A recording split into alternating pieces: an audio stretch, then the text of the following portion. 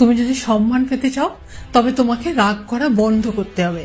কারণ মানুষ রাগান্বিত ব্যক্তিকে ভয় তো পায়, কিন্তু তাকে কখনোই সম্মান করে না। রাগ করার আগে তার পরিণতি সম্পর্কে চিন্তা করো। রাগ হচ্ছে একটি ক্ষণস্থায়ী উন্মাদনা, তাই তোমার আবেগকে নিয়ন্ত্রণ করো, নতুবা এটি তোমাকে নিয়ন্ত্রণ করবে। মনে রেখো, রাগী মানুষের সাথে কেউ বন্ধুত্ব করতে চায় না, করলেও তা ক্ষণস্থায়ী।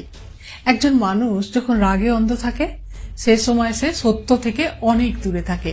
সে বাস্তবতা দেখতেও বুঝতে সক্ষম হয় না, তাই সে আরো রেগে যায়। শক্তিশালী মানুষ সে নয় যে ভালো কুস্তি লড়ে, শক্তিশালী মানুষ সেই যে রাগান্বিত হলেও নিজেকে নিয়ন্ত্রণ করতে পারে। রাগ এবং হিংসা এমন দুটি দোষ যা তোমার অন্যান্য ভালো গুণকে ধ্বংস করে তোমার পরাজয় নিশ্চিত করে। আর রাগের মাথায় সিদ্ধান্ত নেওয়া মানে তুমি বেঁচে থাকতে নিজের হাতেই নিজের কবর খুঁড়ছো। কারণ রাগের পথ শুধু কষ্টের পাহাড়ের সাথেই ধাক্কা খায়।